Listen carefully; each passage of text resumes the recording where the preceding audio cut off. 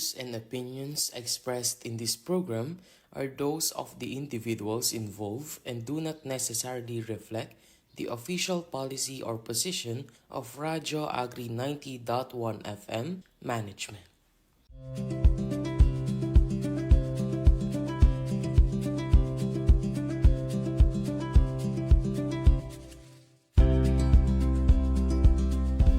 Magandang araw po sa ating mga kapalay at mga karadyo agri. Muli po tayong nagbabalik sa isa na naman pong serye ng ating programang Palay Bida sa Radyo Agri, hatid ng Philippine Rice Research Institute of PhilRice, katuwang ang Radyo Agri 90.1 FM Philmec, kasaganaan para sa bayan. At ako po muli ang inyong makakasama, Badeth Grospe, mula po dito sa Philippine Center for Post-Harvest Development and Mechanization or PhilMec, at samahan po ninyo ako sa halos isang oras po nating talakayan at mga bagong kaalaman tungkol po sa pagpapalayan. At bago po tayo magsimula sa ating panibagong kwentuhan, batiin po muna natin ang lahat ng ating mga kasamahan dito sa PhilMec, of course, sa pangunguna po ng ating PhilMec Director for Dr. Janicia Alvendia.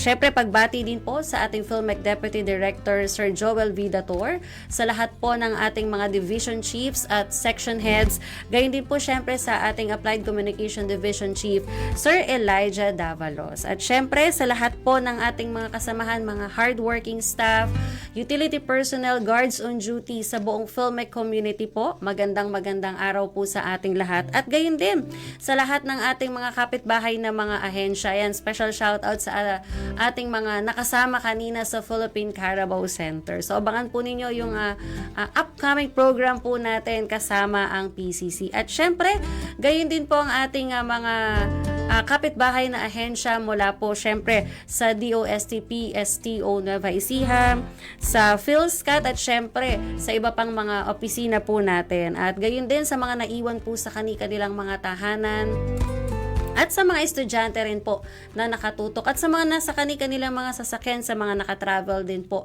na mga kasamahan din natin sa mga oras na ito. At babatiin na rin po natin, of course, ang ating mga kapalay at mga karadyo agri mula po sa Philippine Rice Research Institute, sa pangunguna po ni PhilRice Executive Director Dr. John De Leon, at sa head ng DevCom Division ng PhilRice na si Dr. Hazel Antonio.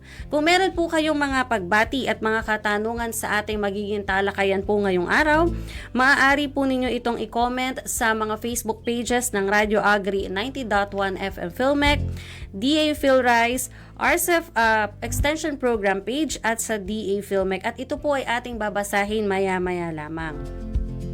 Para naman po sa mga nakikinig via 90.1 FM na broadcast channel, kung meron po kayong mga message, mga katanungan at mga suggestions na rin para sa mga iba pang mga topics na nais po ninyong at matalakay po natin sa ating Radyo Agri, nandyan po ang ating Radyo Agri text hotline 0962-119-7445. At syempre, para naman po sa mga katanungan, suggestions at ilan pang mga information na nais po ninyong malaman tungkol sa PhilRice, of course, bukas pa rin po ang kanilang PhilRice text hotline na 0917-111-7423. Ayan po. So, mahigit 10 taon na nang magsimula ang radio engagement ng PhilRice, at hanggang sa kasalukuyan nga po ay patuloy na pinagkakatiwalaan ng PhilRice ang potensyal ng radyo upang makapagbigay po ng maraming information sa atin pong mga kapalay na mga magsasaka. Ang radio engagement ng PhilRice, o kilala na nga po sa tawag na Palay Bida, ay paraan po ng ahensya upang maibida ang ating mga rice experts, at gayon din yung iba pa po nating mga kapalay at mga karadyo agri na nasa iba't ibang sektor ng agrikultura, para naman po sa pagbibigay at pagbabahagi ng iba't ibang impormasyon at kanila pong mga kwento at karanasan na dapat po nating malaman tungkol po sa pagpapalayan. So with that, proceed na po tayo sa ating pag-uusapan. At sino nga po ba ang ating makakasama virtually ngayong araw na ito? Yan, so mga kapare at mga karadyo agri, alam nyo po ba na ang pagpili ng tamang uri ng bigas ay mayroon din pong malaking epekto sa ating kalusugan. Karaniwan na kinakain po natin ay yung white rice o puting kanin, lalo na po yung malalambot.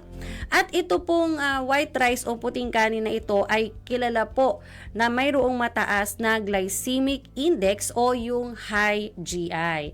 So kabaligtaran naman po ito sa tinatawag na low GI rice na mayroong matigas na kanin. Kapag ito ang kinain, mabilis tayong nabubusog pero mabagal o controlled naman po natin o kontrolado ang pagtaas ng blood sugar. Yan po sa mga kapale at karadyo agri natin na medyo kailangang i-maintain ang kanilang blood sugar at gayon din sa mga kumbaga conscious na po sa kanilang health. Kapag high GI ang kinakain po natin araw-araw at labis pa sa kailangan lang po ng ating katawan, tapos hindi pa po tayo nag-exercise, kumbaga hindi pa ganun ka-healthy ang ating lifestyle, maaari po itong magdulot ng panganib sa kalusugan, kagaya nga po ng diabetes, heart disease at gayon din po labis na pagtaba. Pero may mas magandang option na po tayo ngayon na pwede pong gawing alternative sa nakasanayan na po nating kanin.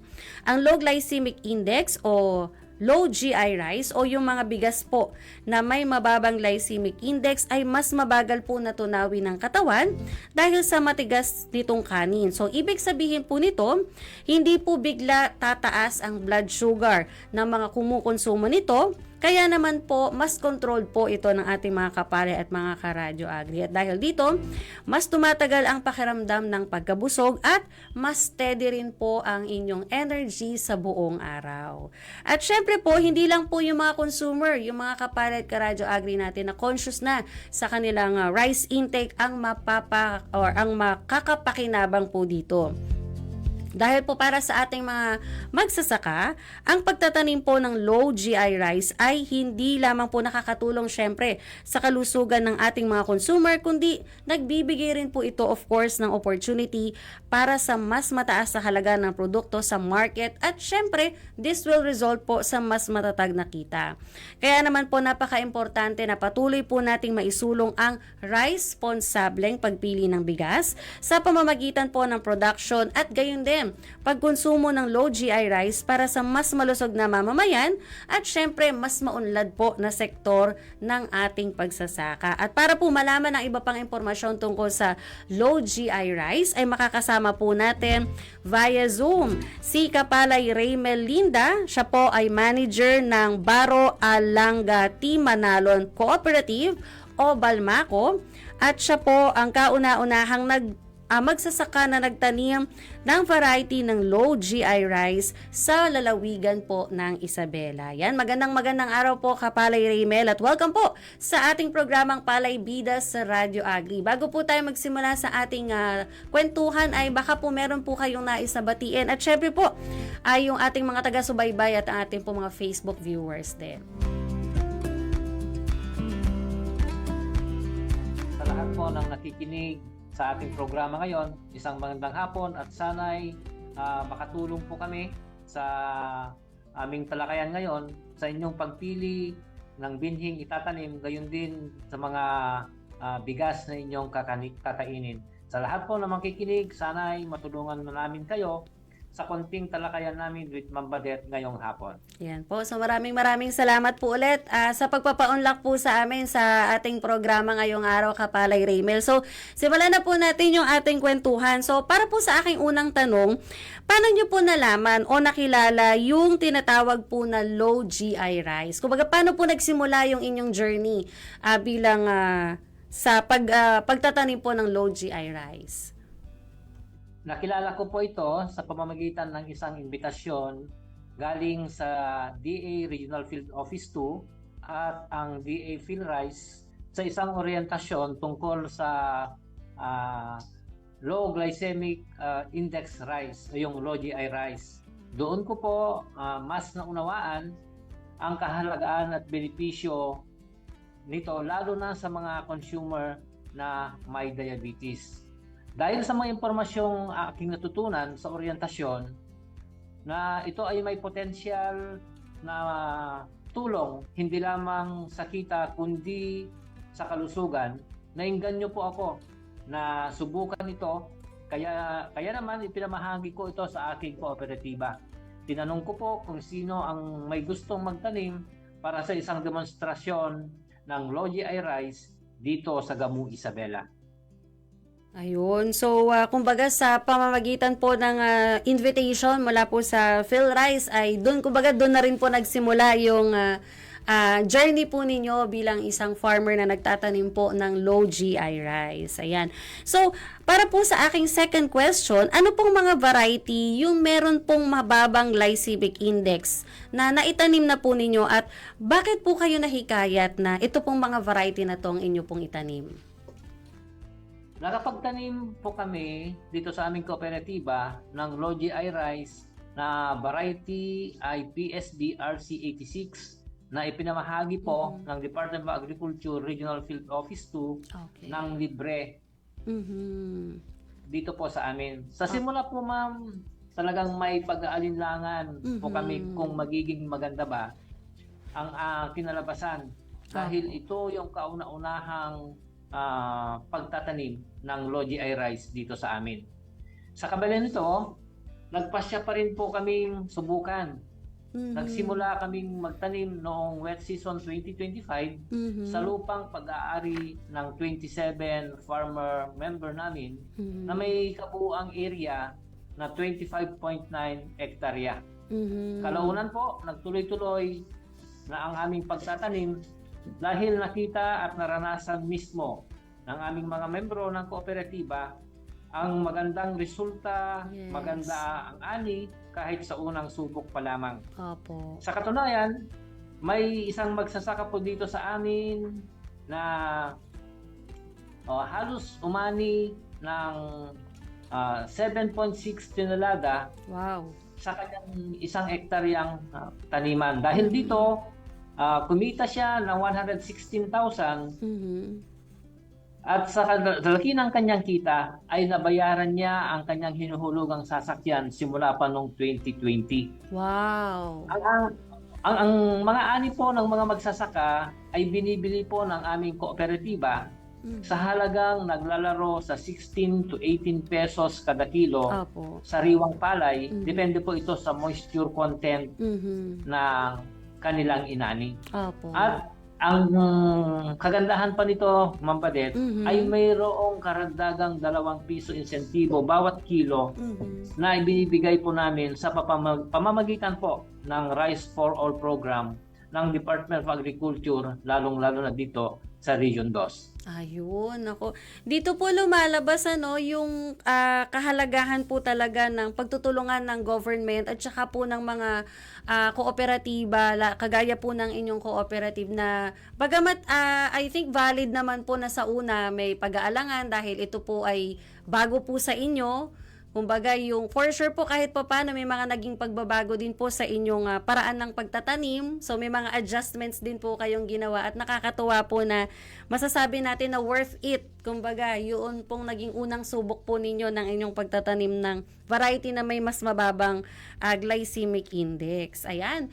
So para naman po sa aking ikatlong katanungan na Kapalay Raymel, naiiba po ba yung pagtatanim ng low GI rice kumpara po sa karaniwan pong inbred na palay? At kung may pagkakaiba po, pwede nyo po bang ma-share kung ano po itong mga differences po na ito? Sa aming karanasan, Ma'am Badet, pareho lamang po ang paraan ng pagtatanim ng low GI rice.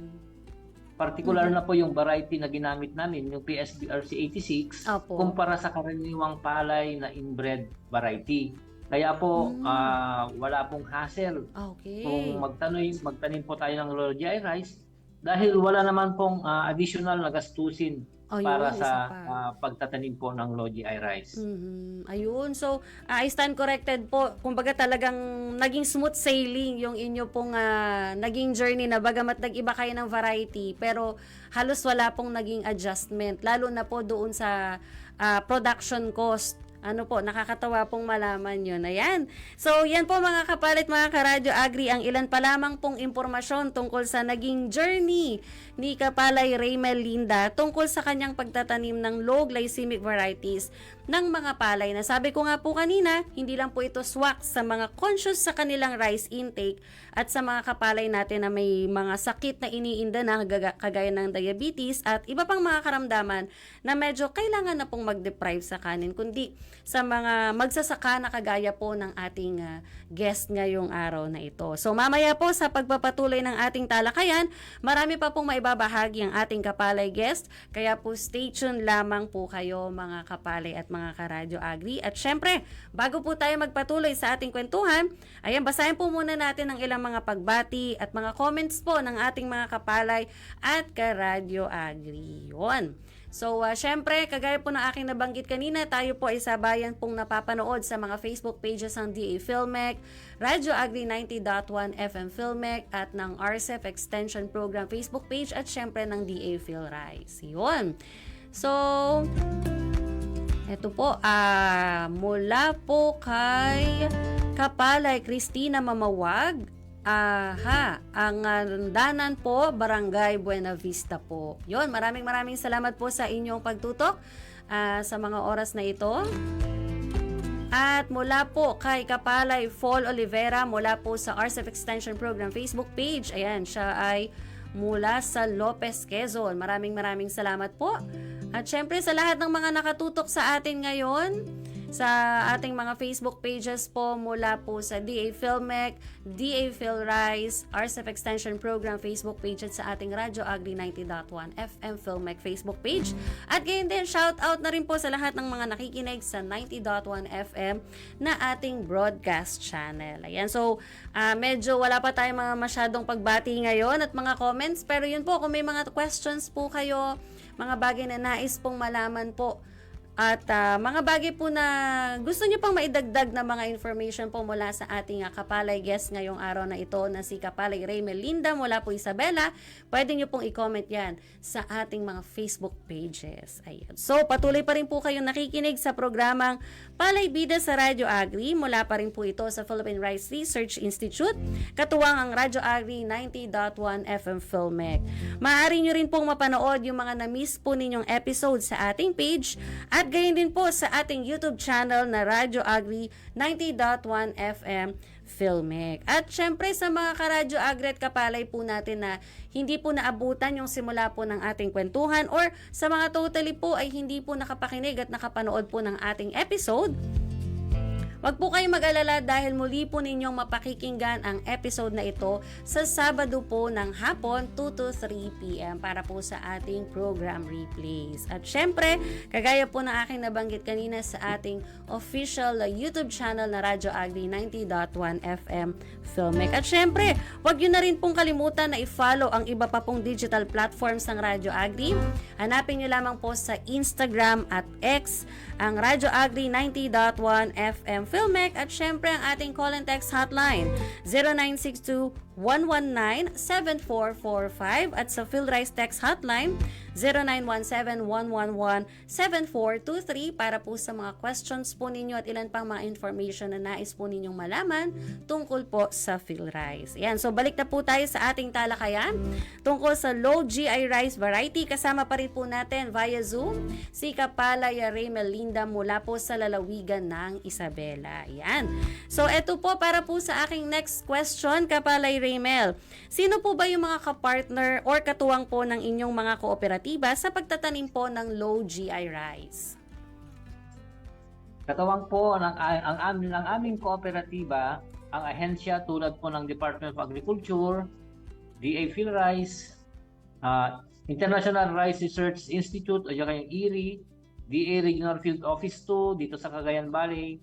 Tapos yung Cagayan Valley Research Center na matatagpuan po sa Ilagan City, ATI, at ang LGU Gamu na nagbigay po ng technical na suporta, libreng binhe, at kaalaman upang mas masigurong maayos ang aming produksyon Yes. ng Low GI rice. Opo. Kumbaga marami po tayong, masasabi natin na marami po tayong partners, ano po, lalo na po sa iba't ibang mga sangay ng gobyerno, lalo na sa DA na talagang naka-guide po sa inyo mula po sa proseso ng pagtatanim hanggang po sa pag-ani, for sure po ay nakaantabay po sa inyo at naka-assist po sa inyo. Tama yun, Ma'am Valen. Yes po. Sige po. Eto po, kamusta naman po yung naging ani? Although nabanggit nyo na po ito kanina, pero ano pa po ba yung mga na-share po ng inyong mga kasamahan? Kamusta po ang naging ani ng inyong mga farmers sa pagtatanim po ng variety na to, bukod po sa may nakabayad na po ng kanyang sasakyan na matagal na po niyang hinuhulugan?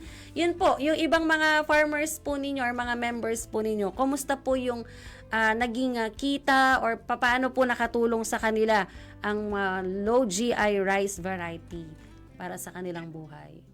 Tulad po na nabanggit mo kanina, naging maganda po ang ani ng aming mga magsasaka dahil sa mataas na produksyon, malaki rin ang kanilang kinita. Opo. Sa kabuuang 25.9 hektarya na tinamnan namin ng Low GI rice, sa 27 na magsasaka dito sa amin, umabot po sa 116 tonelada ang kabuuang ani noong July 2025, that is wet season po. Opo. Meron kami isang member cooperator na kumita po ng 134,000 Wow. nitong ang dry season mula sa kanyang 1.3 na hektaryang sakahan.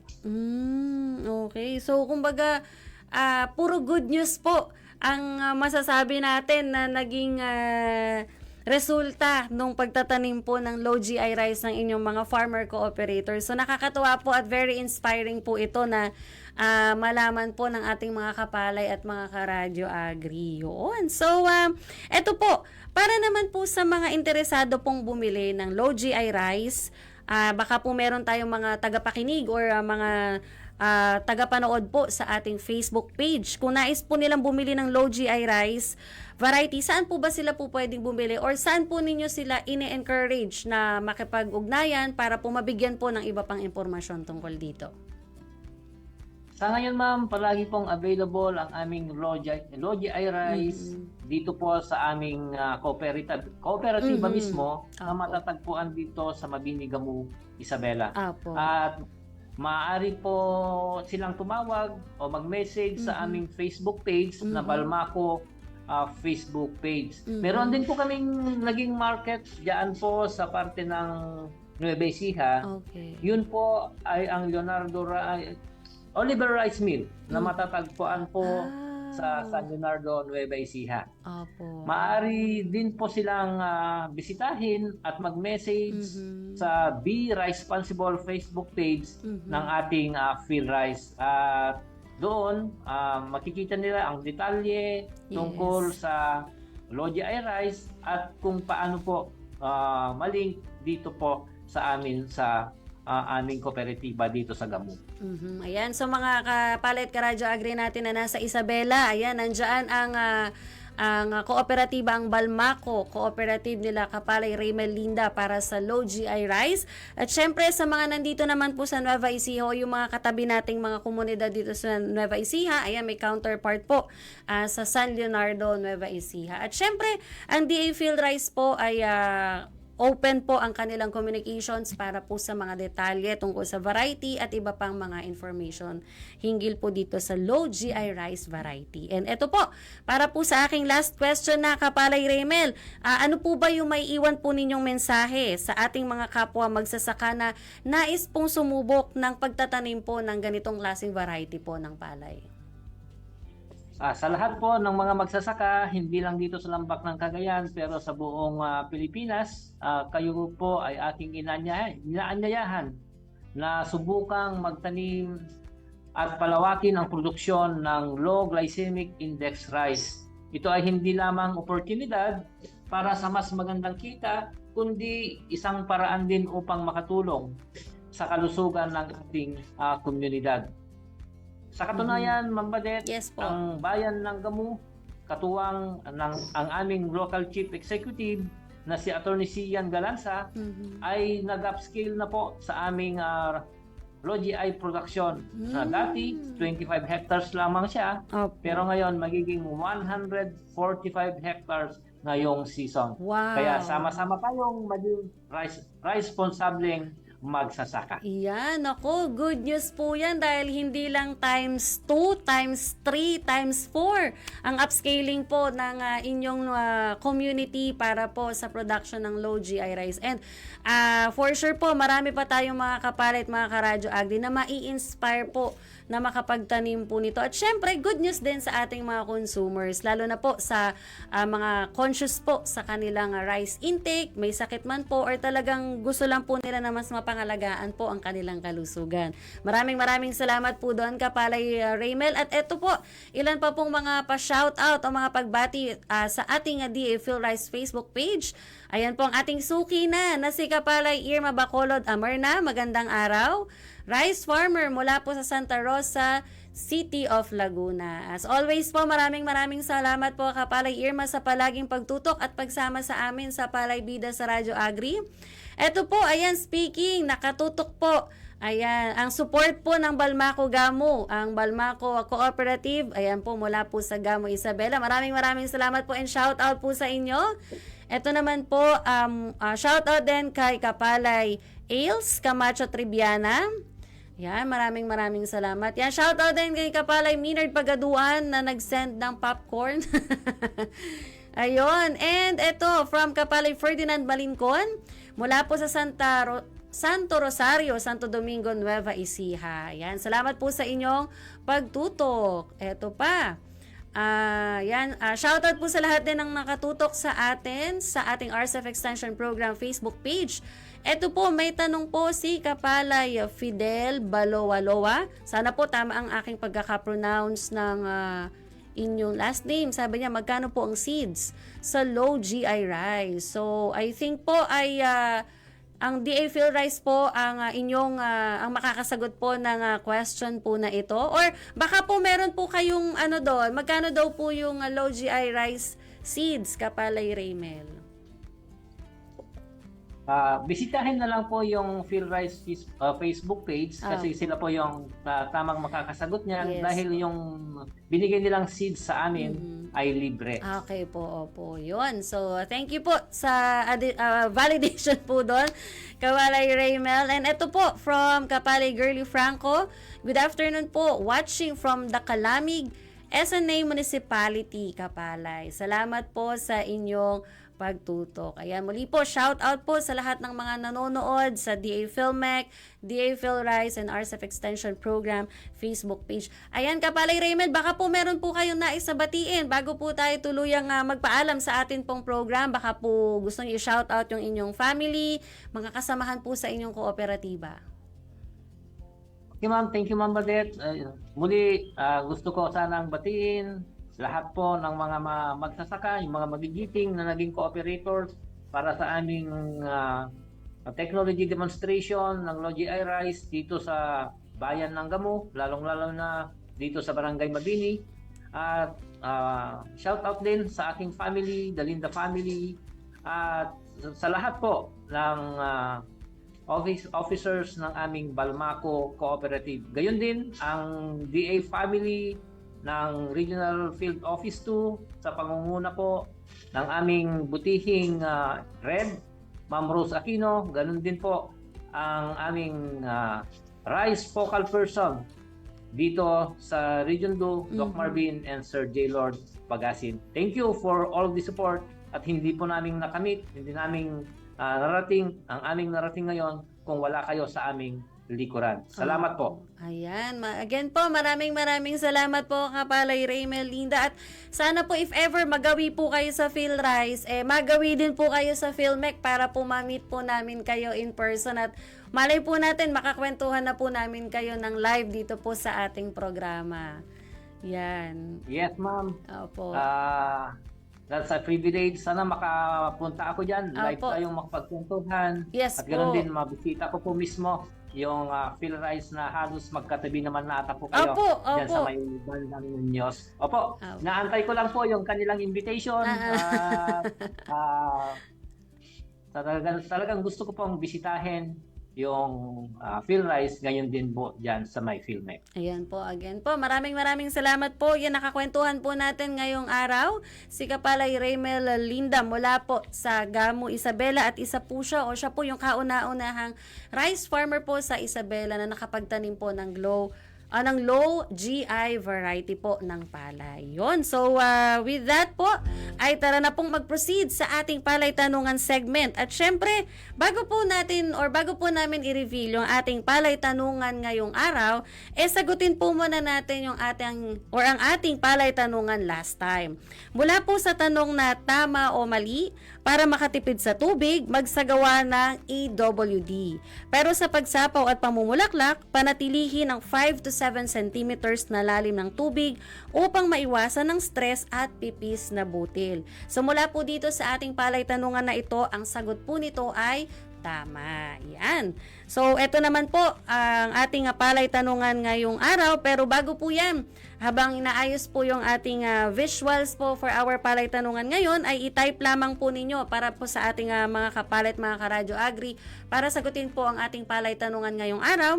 I-type lamang po sa inyong mga cellphone ang DZDJ, space ang inyong pong pangalan, space ang inyong bayan, at ang inyo pong sagot kung ito po ay tama o mali sa 0917-111-7423 o sa ating pong PhilRice text hotline. Yan. So, para po sa ating palay tanungan ngayong araw, yan po. So, ang ating palay tanungan ngayong araw, tama o mali, makakatulong para sa mga diabetic at pre-diabetic ang low GI rice dahil hindi ito agad natutunaw sa tiyan, kaya nakatutulong itong mapanatili ang blood sugar level sa katawan. So, ulitin ko po, tama o mali, makakatulong para sa mga diabetic at pre-diabetic ang low GI rice dahil hindi ito agad natutunaw sa tiyan, kaya nakatutulong itong mapanatili ang blood sugar level sa katawan. Muli po, para po masagot ito, i-type po sa inyong mga cellphone ang DZDJ space, pangalan space, bayan space, at ang inyong sagot sa ating PhilRice text hotline na 0917-111-7423. At syempre po, yung mga makakasagot po ay isa-shoutout natin, of course, i-acknowledge natin sa ating next na airing, at syempre, kasama na rin po sa ating raffle upang manalo po ng mga exciting na mga prizes. Kaya po abangan po ninyo ang announcement niyan, mga kapalay. At bago po tayo tuluyang magpaalam, public service announcement po muna tayo mula sa PhilRice. Ayan mga kapalay, alam mo ba na may ibang masustansyang kanin na dapat po ninyong subukan? Sa ilalim po ng Be Responsible Campaign at Healthier Rice Program ng DA PhilRice, hinihikayat dito ang lahat na kumain ng masustansyang kanin, tulad po ng brown rice, high zinc rice, low GI rice, at pigmented rice dahil makabubuti po ito sa ating kalusugan.